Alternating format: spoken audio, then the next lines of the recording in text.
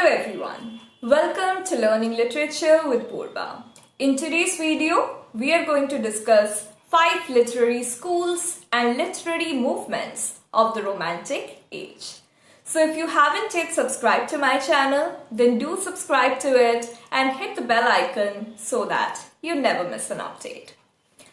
The first literary school that we have is the Leigh School of Poets. The Leigh School of Poets is a group of English poets that lived in the Lake District of England in the first half of the 19th century. William Wordsworth, Samuel Taylor Coleridge and Robert Southy are the Lake poets. Now this term, the Lake poets, was coined by Edinburg Review, and actually it is a derogatory term meant to insult these poets. Francis Jeffrey of Edinburg Review said that the Lake School of Poets are a school of whining and hypochondriacal poets that haunted the lakes. But we all know that the Lake poets were poets of nature. They stayed close to nature and they wrote poetry on nature. They believed that staying close to nature was their source of mystical inspiration.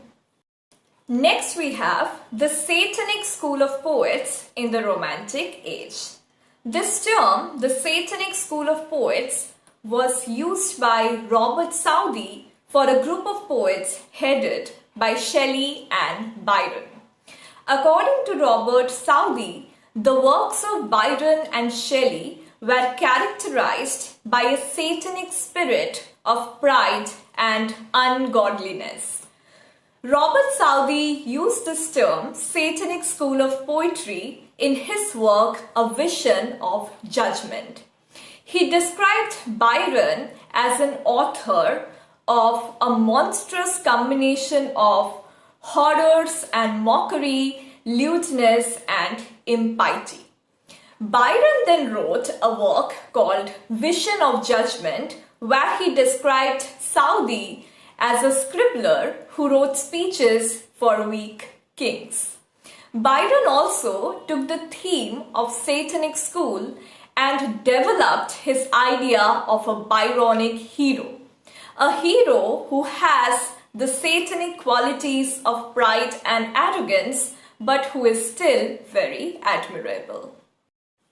Next we have the Cockney School of Poets in the Romantic Age. This term was used by the critics of the Blackwood magazine to attack a few writers such as Leigh Hunt, John Keats and William Hazlitt. These were the poets and essayists that were writing in the 2nd and 3rd decades of the 19th century. Now Cockney is a local dialect of the lower class people who lived in East London. So the critics of the Blackwood magazine said that these writers, John Keats, Leigh Hunt and William Hazlitt, they lacked a good diction. Their language was not sophisticated and they wrote in a lower class diction. They criticized John Keats for rhyming thorns with fawns in sleep and poetry. They said that Keats' writing lacked any kind of sophistication. John Wilson Croker also used this term Cockney School beyond the pages of the Blackwood magazine in 1818 when he again criticized John Keats' Endymion in the Quarterly Review. The next literary movement of the Romantic Age is the Dark Romanticism. It reflects fascination with the demonic, the grotesque and the supernatural. While Romanticism focuses on the brighter aspects of nature, Dark Romanticism focuses on the darker aspects of nature. While Romanticism focuses on the aesthetics, Dark Romanticism focuses on the grotesque. Edgar Allan Poe is considered the pioneer of this movement. So in Dark Romanticism, we can see horrific themes and symbols. The psychological effect of guilt and sin is often portrayed. Then there are supernatural elements, grotesque settings, dark scenery, terrifying images. Some writers associated with dark romanticism are Edgar Allan Poe, Nathaniel Hawthorne, Herman Melville, Samuel Taylor Coleridge, and Charles Baudelaire. So we can see that in Coleridge's Rime of the Ancient Mariner and in Christabel, there are certain Gothic themes which are used there. Then in Charles Baudelaire, Flowers of Evil, there are also grotesque images. In Nathaniel Hawthorne's The Scarlet Letter, the psychological effect of guilt and sin is portrayed. In Edgar Allan Poe's stories, we can again see terrifying images and grotesque settings. Gothic fiction originated because of this movement called Dark Romanticism. The last literary movement of the Romantic Age and a very important literary movement is Transcendentalism.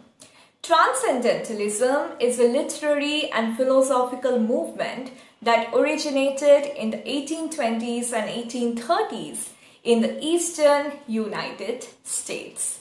Now, Transcendentalism shares many similarities with Romanticism, such as connection with nature, emphasis on emotions and intuition. They only differ by their interest in embracing or at least not in opposing science. Transcendentalism was influenced by English and German Romanticism, by the transcendental philosophy of Immanuel Kant and German Idealism.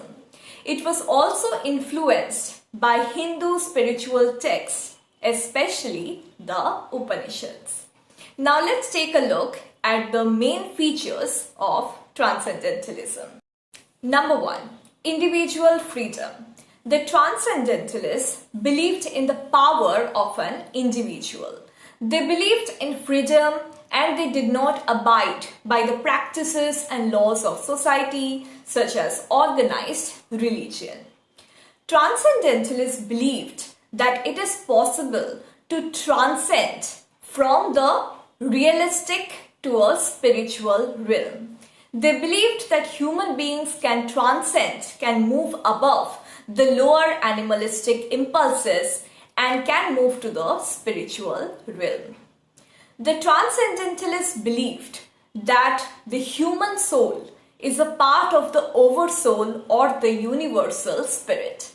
They believed that all souls return to the oversoul or the universal spirit at the time of death. Therefore, everything, every creature should be respected because all of them have a part of the oversoul or God. The Transcendentalists believed that God is in everything and everyone. Therefore, they did not believe in a distant heaven. They believed that divinity can be found in the everyday.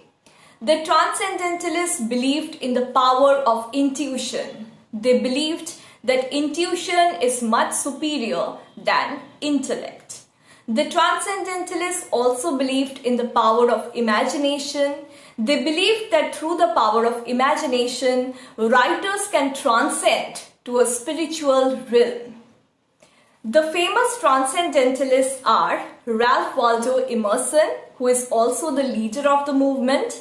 Then we have Henry David Thoreau, Walt Whitman, and Margaret Fuller. The major texts associated with Transcendentalism are the essays of Ralph Waldo Emerson, Thoreau's Walden, Walt Whitman's Leaves of Grass, and Margaret Fuller's writings. The Transcendentalists, they met at a club called the Transcendentalist Club.